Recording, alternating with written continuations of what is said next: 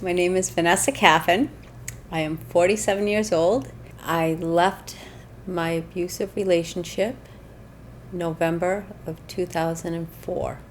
Being in a domestic violence household is probably one of the hardest things any person, woman, child, or man will ever have to go through, because nobody on the outside knows you're going through it. It tears not only the parents or the mother down, it also tears down the children. I watched my mother get abused many times. I wasn't going to cry. Beat many times. Go to the hospital many times. Be brought to the police station and wait for my grandparents to pick me up many, many times as a child. As my mother was being physically abused, I was being sexually abused by my neighbors. They would tell me that my stepfather would beat my mother if I told. So I never said anything. And I don't blame my mother. I don't blame anybody. I have pity for my mother. I feel bad for her. I love her because she didn't have anybody.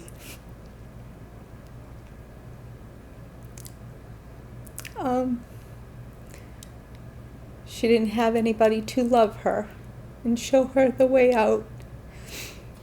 We ended up leaving the stepfather's house. After people prey on you, you end up hating the world. And after you hate the world, you hate yourself. I got married because I got pregnant at 19. I ended up having a set of twins. By the age of 24, I had 4 children, 3 girls and 1 boy. In your mind, you're not going to live the life that you saw. Well, as history repeats itself, I ended up bringing my children up in a domestic violence home. I was determined to make it work. I was determined to prove the world wrong. And in my determination, I put my children in the same situations as my mother had put me in. So my husband, at that time, there was a lot of physical fights between us. And he came from a household where his mother and father were very much in love. His father never raised his voice, let alone raised his hand to his mother. His dad knew everything that would happen. He was probably the only one who knew. There was many times the man cheated on me, and then he makes you feel that it's your fault, and it's not. So if you're out there and you're going through this, it is not because of you. It is their choice. It is not your fault. There was times where I kicked him out, yet I took him back because how was I going to survive being a young mother with 4 kids? I look back now and say I could have done it, but in that situation, he had me so convinced that I could never live without him. There came a time where I was at the kitchen table, and this was the last time he hit me. And he threw something at me. I don't remember what it was. And something inside of me just snapped that day. And I just grabbed the scissors that were right next to me and put them to his throat. Told him I was going to kill him. But something made me turn, and I saw my kid's face because all 4 were looking at me. And I stopped. And I told him if he ever hit me again, I would. But that day was the first day of the mental abuse that came. And to me, that was worse. You have to ask yourself, do you want your children to live this life? The physical abuse I could fight. The mental abuse I could not. He actually made me feel like I was going crazy. He made me feel like I was a lunatic. He made me feel like I was a horrible person, like he would cheat on me and make me feel like I was cheating on him. I went to many different psychiatrists.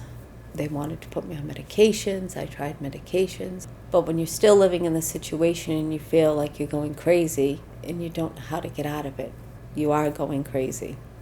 But then in 1996, I walked into a church, and that changed my life. I found my strength. I found my hope in Jesus Christ.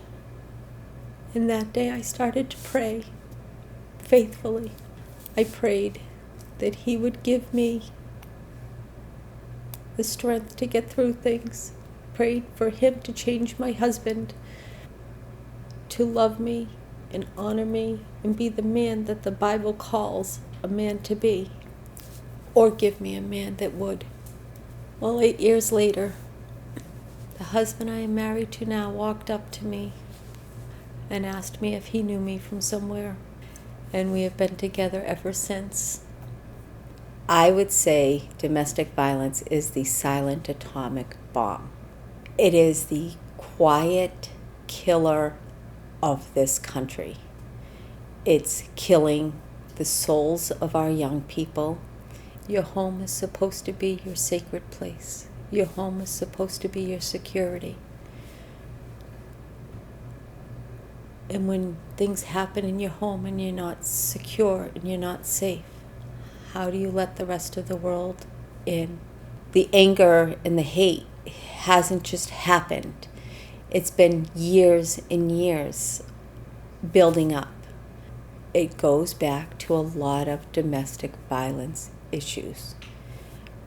Life is short, and we need more joy and more love and less violence.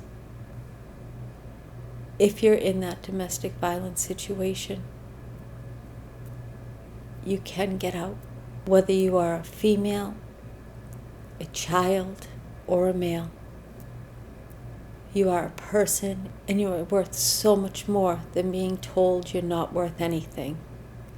A woman's place for me now is to share my life to help save somebody else's. You think you're alone, and you think you can't do it. And you can.